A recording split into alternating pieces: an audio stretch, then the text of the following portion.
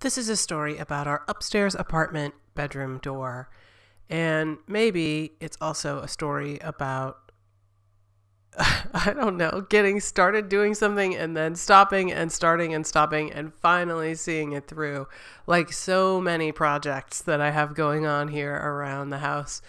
So I started by trying to tighten the hinges onto the door. They were kind of loose, so I stuffed some additional wood in the holes and put the screws back in, and that did help a little bit, but it didn't solve the problem. So I really decided the only way forward was to plane down part of the door where it was rubbing on the door jamb and then to rehang it and see if that would help.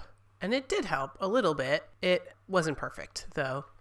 It was an improvement. You can see by my looking and doing a little more adjusting that I wasn't thrilled with it, but I kind of reached the end of what I had time to do and had the energy to do right then, so I decided it was good enough for now.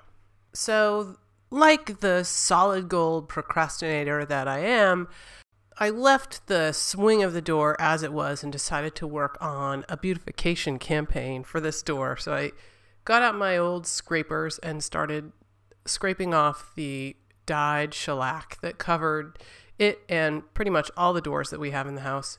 It's kind of a miserable process, but once you get the hang of it and you learn how to sharpen your scrapers properly, you can develop a technique whereby you don't dig into the wood and you remove a lot of shellac pretty quickly and leave yourself a lot less work to do with denatured alcohol and sandpaper. Of course, the moldings around the panels of the door are more complicated than the flat spots.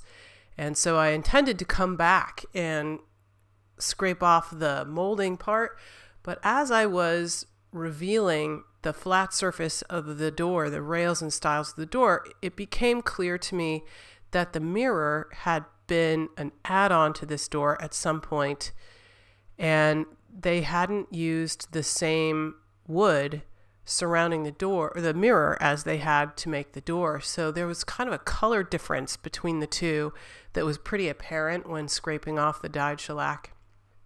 So I wanted to think about it for a while and try and decide if I was going to rebuild the door so that it all matched or not.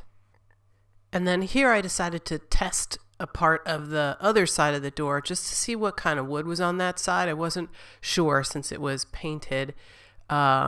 And it looks to me like it's poplar. So I think this side of the door was always intended to be covered in paint, even though you do see there's dyed shellac under this layer of green paint. And a year and a half later, I am finally ready to tackle both the finish and the way the door hangs. Hi there, I'm up in the apartment again today, and I have to finish working on this door that's behind me. This door, I started stripping the back side of it, and then I discovered that it's made of two different woods. This, I'm sure, is the original American chestnut wood, which you can see here. I've already stripped and refinished the built-in cupboards in this room. But this, I think, is oak. And so it's taken this dyed shellac differently than the chestnut has. So when I was stripping this off with scrapers, the grain structure was so striking, I just decided to stop and hold off for now and come back to it when I could. So I have a little break today. I'm going to try and fix this problem, so go around and scrape off the rest of this dyed shellac with scrapers, and then I'm going to try and use denatured alcohol to even out this finish. And I have to scrape around this mirror as well. And then there's another issue with this door, which is that it sticks. So it gets to about there, and you really have to push it in order to make it close all the way. So I want to fix the door finish first, and then I'll come back and work a little bit on the hinges. There's a huge gap up here that I can put my finger in, so probably a ½ an inch, and then let's see. Down at the bottom, it's just resting on the floor. And there are some scraping marks here and here from where it's hitting. So I feel like I might have to hang it a little bit higher and deal with, although it's close here and not close here. So clearly this door jamb is no longer square, if it ever was. But it's the house was built in 1910. It's 2019 now. So it's nearly 110 years old. There's been a sag problem. Here's a little bit closer look at the bottom of the door.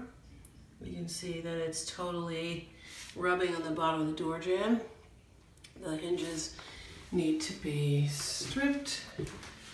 And then up here, it's super tight here and nice and gappy over here. So first thing is to pull the pins on the hinges. This, by the way, is Reading hardware, and the pattern is called Riol, which is a town in France.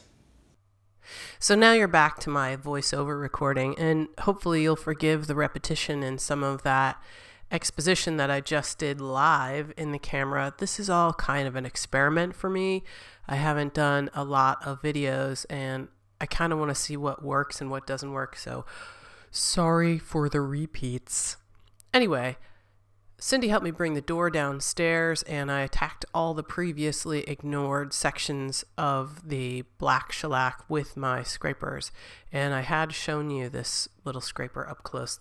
This is a Lee Valley scraper, and I have shaped it to match the door panel molding in this house. So I just shaped it with a grinder and then sharpened it, and occasionally I resharpen it. It's a funny thing about this door. I really kind of went through a little emotional journey with it. I really was worried about the two-tone colors in the wood.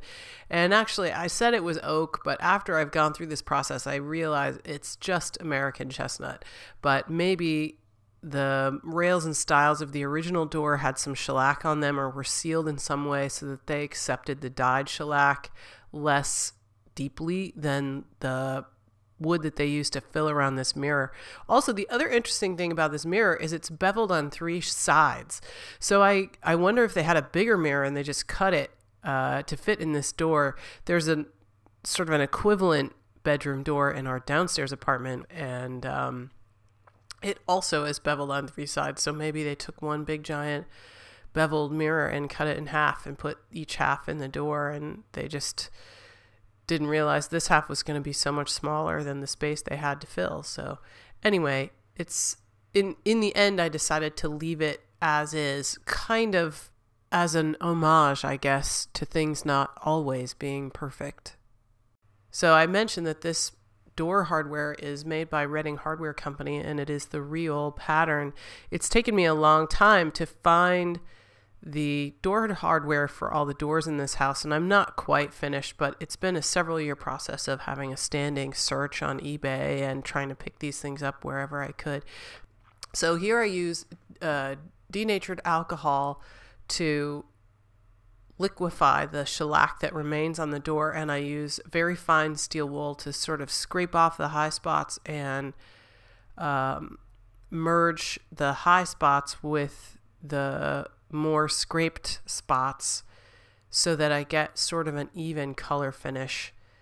I couldn't take all of the shellac out of those filler strips, but I got enough so that it's much more even in color than it was before. And in the end, like I said, I kind of made my peace with it being a little bit of a hack job. It's an old hack job. It's maybe 100-year-old hack job, so who am I to undo that? It's kind of fun. You do have to be careful when you're working on the edge of a door that you don't take too much material off, or you could make the door too narrow for the door jamb, and then you'll have to shim the hinges out. The door was pretty heavy, I have to say, with that glass in it. And then here I am just covering the whole thing in shellac. I think if I had more time, I might have done 2 coats and sanded in between. As it was, I just did the 1 coat and let it dry and rehung the door because it was getting kind of late at night. And frankly, I was a little tired of working stooped over and making scrapey motions all day.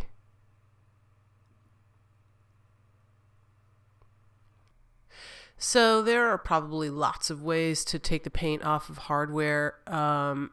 Probably the gentlest way is to boil the hardware in hot water and let the hot water kind of melt the paint off, but it's awfully goopy to do it that way.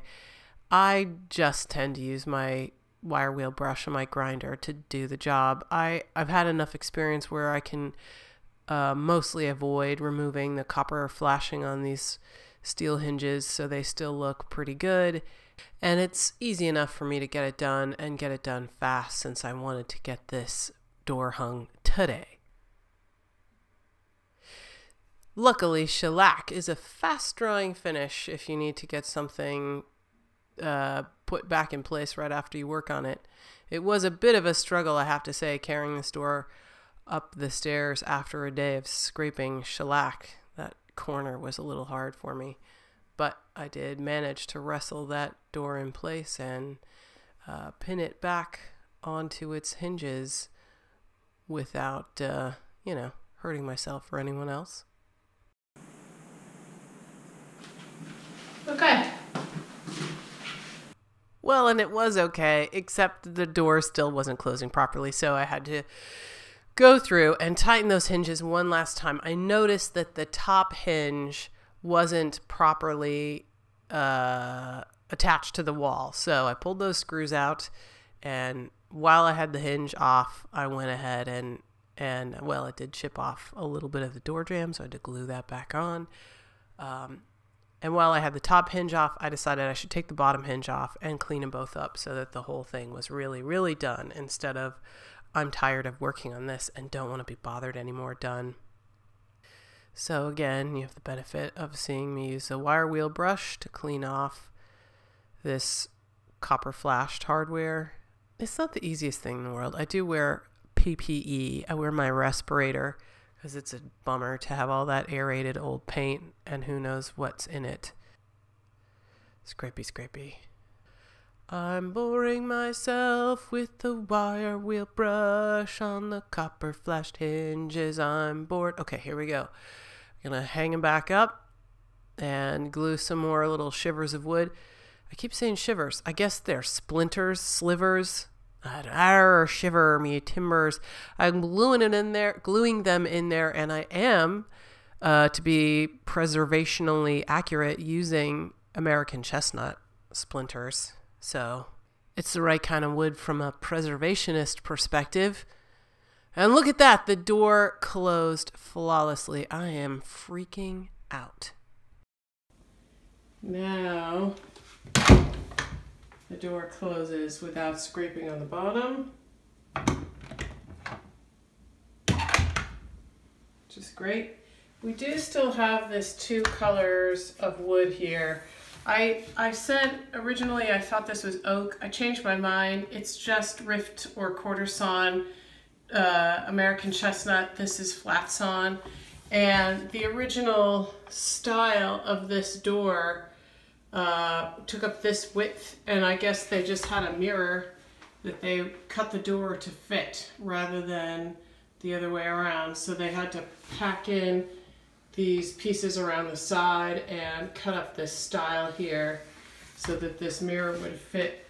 But all in all, excuse my image of me, the door is looking much better.